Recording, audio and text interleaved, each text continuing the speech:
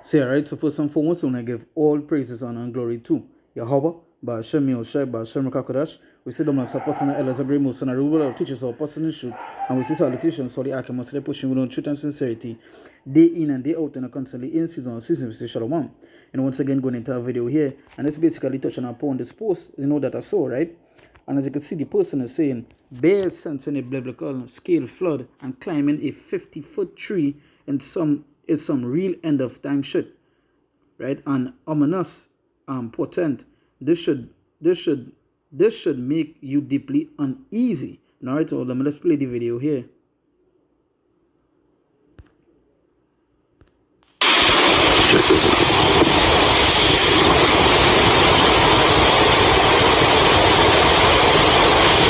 How big those straws are. We got 1, 2, 3,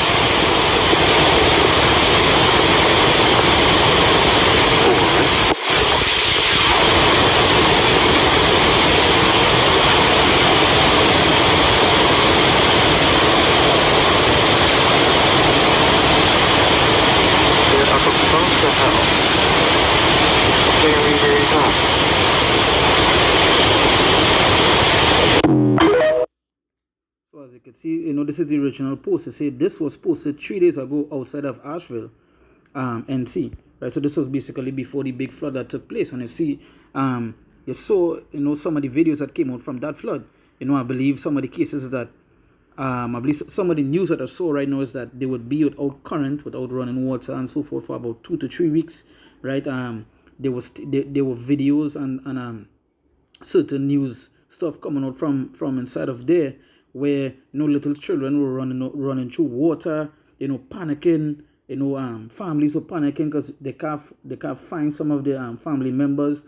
The stench was coming out because of the dead bodies that was flowing through the water, right? And there was a particular video that I saw with a woman and a man that stayed back because they stayed back in the house because it was recently renovated, right? And they didn't want to lose much. They stayed back, and while the hurricane passed, right, the husband, he went out to check on certain things, and he found a dead body, right?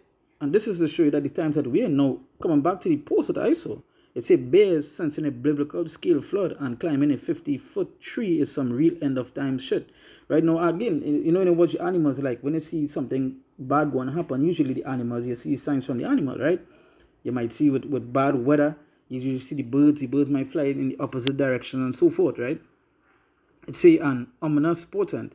This should make you deeply uneasy, right? And when I saw that, I was like, that is to show you the times that we're in, that they're seeing people talking about a biblical scale flood, and that is to show you how grimy it is outside there, right? And as the person said, this should make you deeply uneasy because it have far worse to come, right? It have far way worse to come, right? This is just the beginning. Now, I wanted to bring Ephesians 5, right? But let me go to this scripture here before I bring all that, right? Let me go to the book of Isaiah, chapter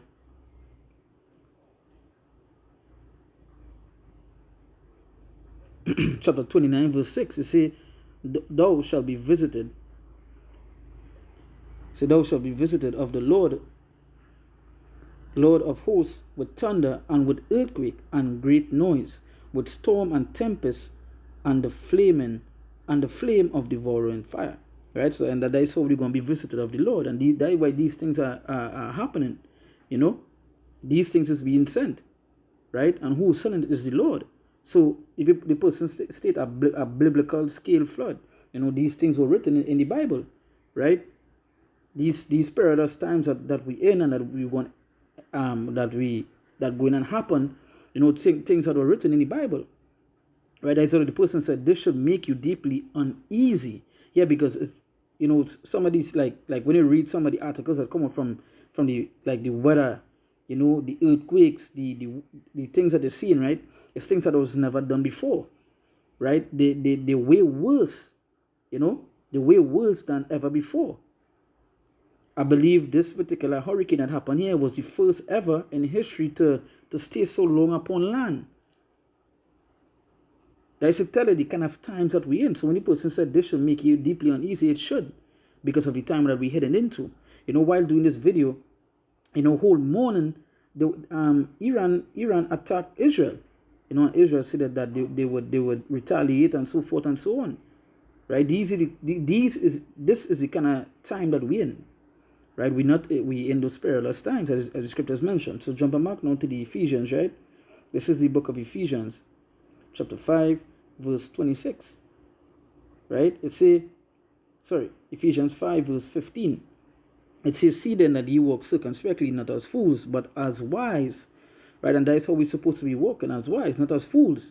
Because it's the fools outside here that let me see if I go to the comments and see if I mention, right? This person mark the omens are accelerating, right? So and putting up videos, right? Putting up videos of certain things happening, right?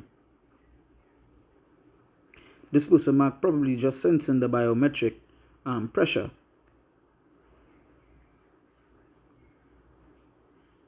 Right? So you can see by some of the comments, some people some people in believing that they're not believing at the times that we're in, right? Because again, some of these people they want this place to continue, and some just don't believe in what it is to come, what is prophesied to come, what is written, right? So you see then that ye walk circumspectly, not as fools but as wise. You don't want to be like these people here. Some of these people in the comments talking about pressure and talking about it's just something that they would do and so forth. You don't want to be like that, right? You want to be, as I say, you want to walk circumspectly, right? It says verse 16, it says, redeeming the time because the days are evil. Redeeming the time because the days are evil. Yeah, the days are evil. This is the times that we're heading into. And you don't want to be like one of these people that are being caught here, right? Some of these people that don't take the warning, right? That don't take these warnings of the times that we're in and the times that we're heading into, because again, it's going to get way worse.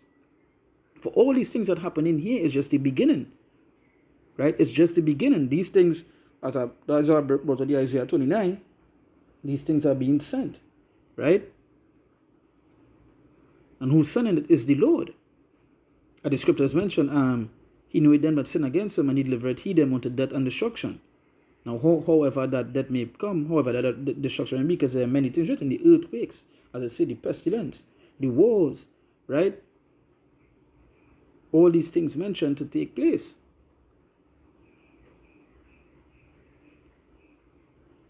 There are certain things, the book of Ecclesiastes mentioned that certain things meant for amendment, right? The scourges. These are the kind of things that we win and face.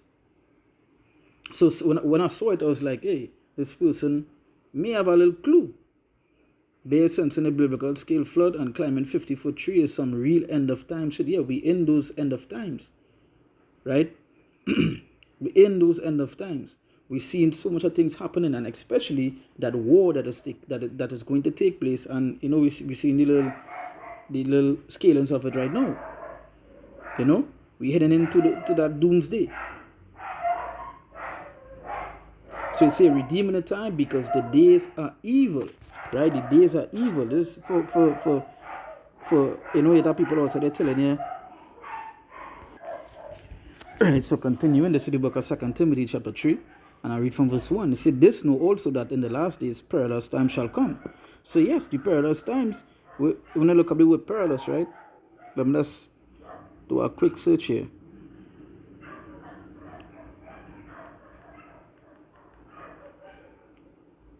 Perilous, right? It say hard, it say hard to do, to take, to approach. It say hard to bear. Perilous times. It say hard to bear. Because when these times said, how are you going to bear through that? We're talking about crashes, we're talking about pestilence, we're talking about great death, mourning. We're talking about the earthquakes, the wars, how hard it's going to be. I would say hard to bear. Hard to bear. Right? It say troublesome, dangerous. Troublesome, dangerous. And those as the scriptures say, this know also that in the last days perilous times shall come, and as this person say, the end of time, so the last days, right?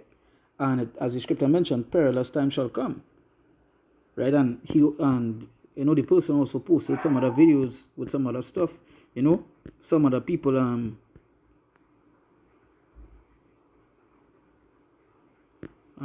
some other people was posting some stuff in between,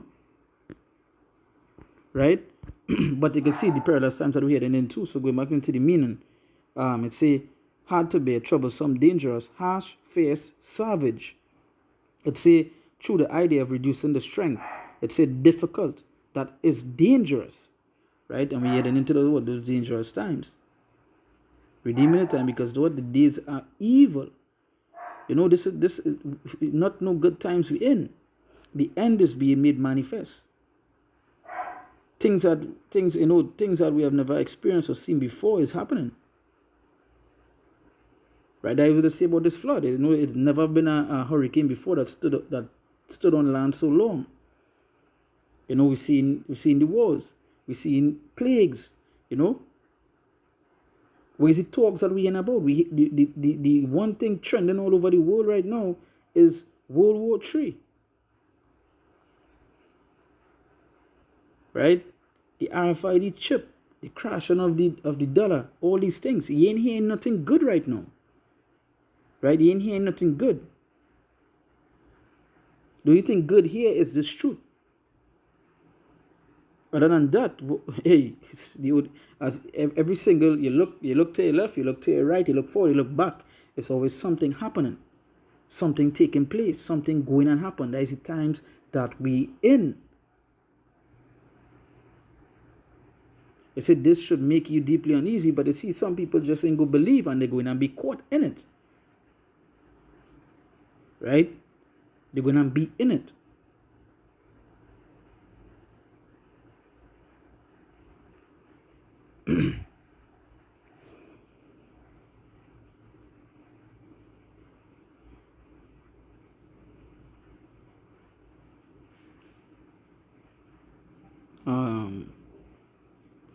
Let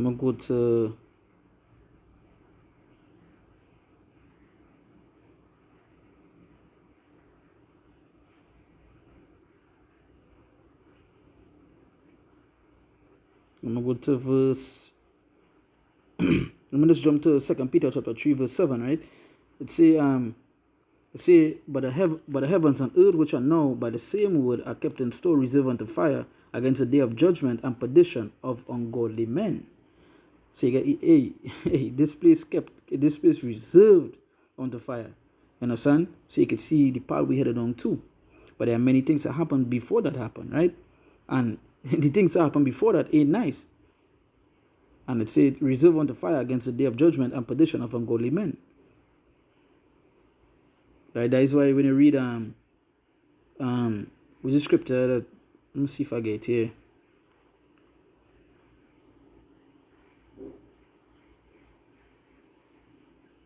See if I get it here.